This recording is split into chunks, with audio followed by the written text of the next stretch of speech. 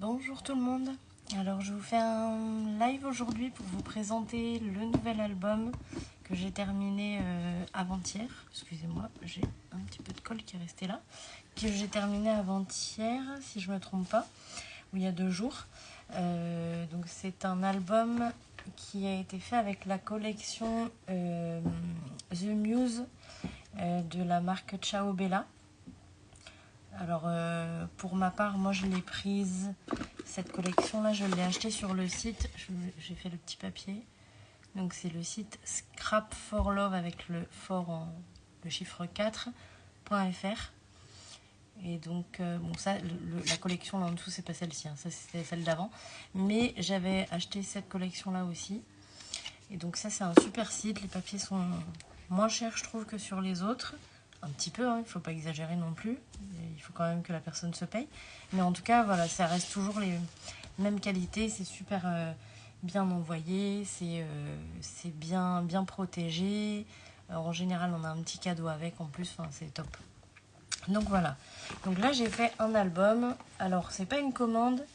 Ça, c'est un album que j'ai fait pour quelqu'un de ma famille, pour ma grand-mère particulièrement. Et donc c'est son cadeau d'anniversaire pour ses 90 ans avec mes sœurs. Donc voilà. Donc je lui ai fait quelque chose de très simple au niveau de la couverture parce que voilà, c'est une personne âgée, on va pas mettre trop de fioritures. J'ai juste mis un petit ruban ici décoratif. Par-dessus un ruban de couleur bordeaux pour relever un peu. Ici j'ai utilisé juste le papier tel qu'il était. J'ai juste rajouté un petit post-it là qu'il y avait dans la collection aussi, que je trouvais sympa, toujours avec les coins métalliques pour renforcer et puis donner un joli style. Là on a donc la tranche avec un bijou de tranche que j'ai fait avec du ruban. Donc ça fait une sorte de petite fleur. Attendez, je vais essayer de vous... Voilà. Ça fait une sorte de petite fleur.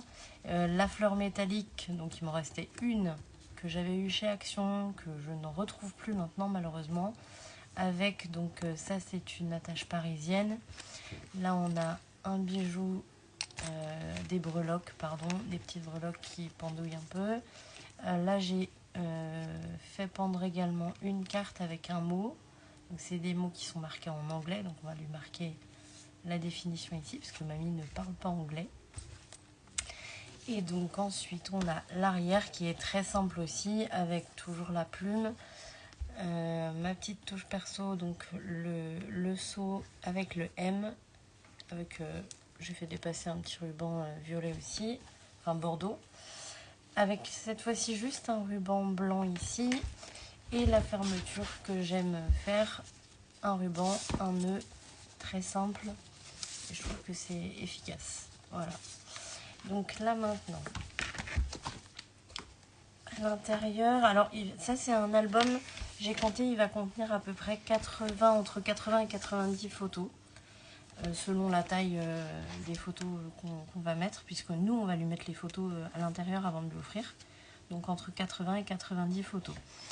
Donc ici on a des éléments en 3D, avec une petite carte, là je ne l'ai pas mise en 3D, je l'ai juste collée comme ça.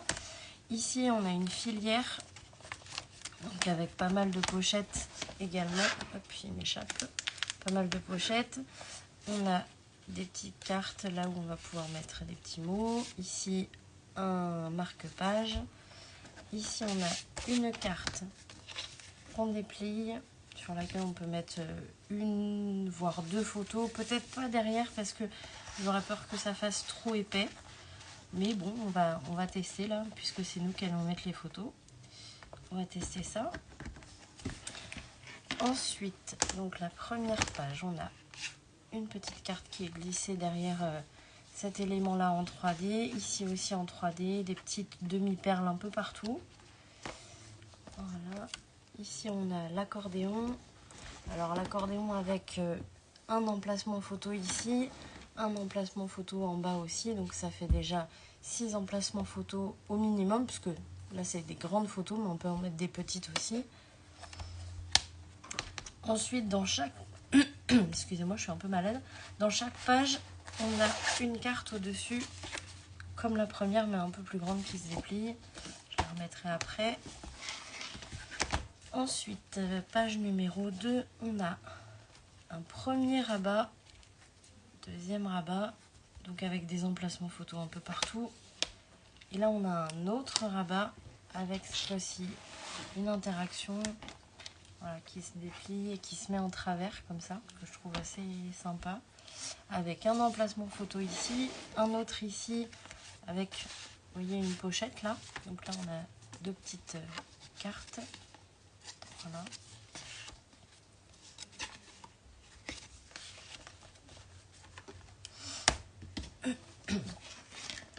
Sur cette page, on a un élément en 3D aussi,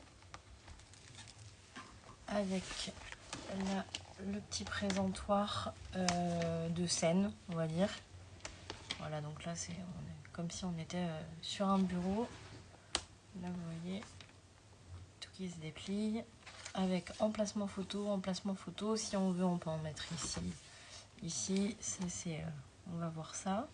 Ici, ça peut être des deux côtés. Là, ça peut être un coin journaling pour expliquer un petit peu le moment des photos.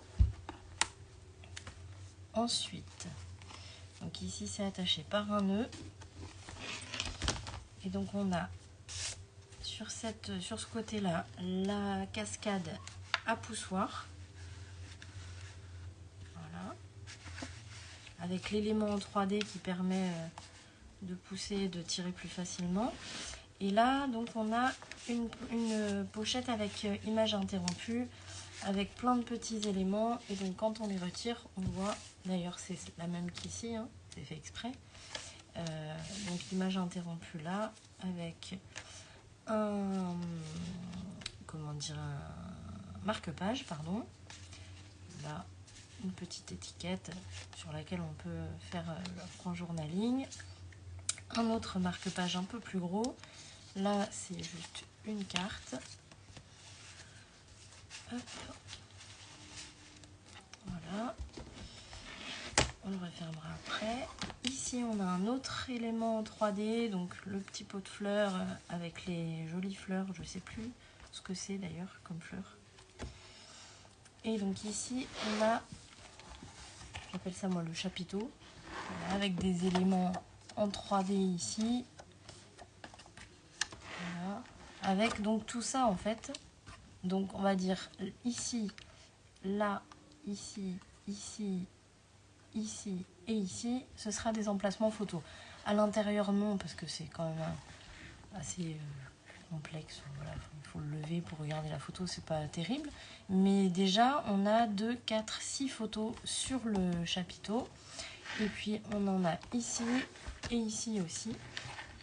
Voilà, celui-là, j'aime bien. J'aime bien le faire celui-là, il a toujours un petit effet sympathique. Voilà, et donc ensuite,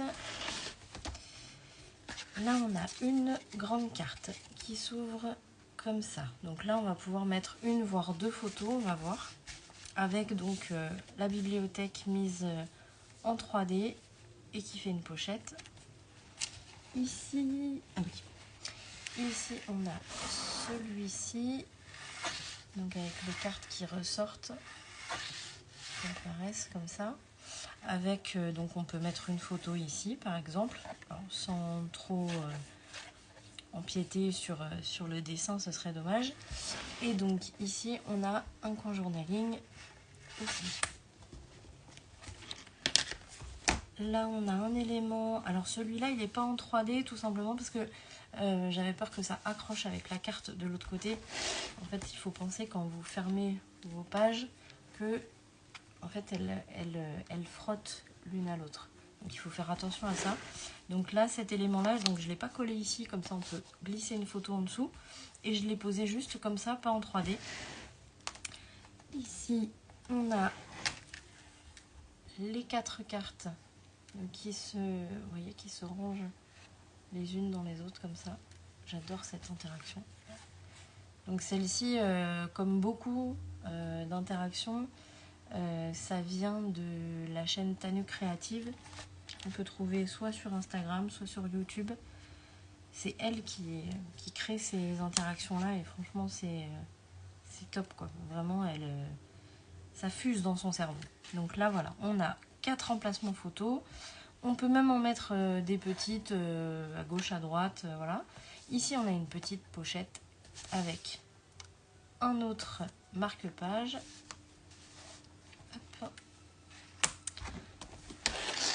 Ensuite, on a la 4e page avec donc qui était montée avec une petite carte comme ça. Donc c'est elle qui aimante tout le rabat.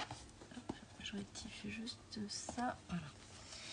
Et donc ici, on a des emplacements photos à droite et à gauche avec ici les petits mots qui sont collés juste en haut. Donc on glisse les photos en dessous. Ici, c'est aimanté aussi avec petit conjournaling. Voilà. Et donc ça, c'est une nouvelle donc, qui vient de la chaîne Tenue Créative, justement. Alors celle-ci, je ne l'avais jamais faite avant. Et alors, je vais juste...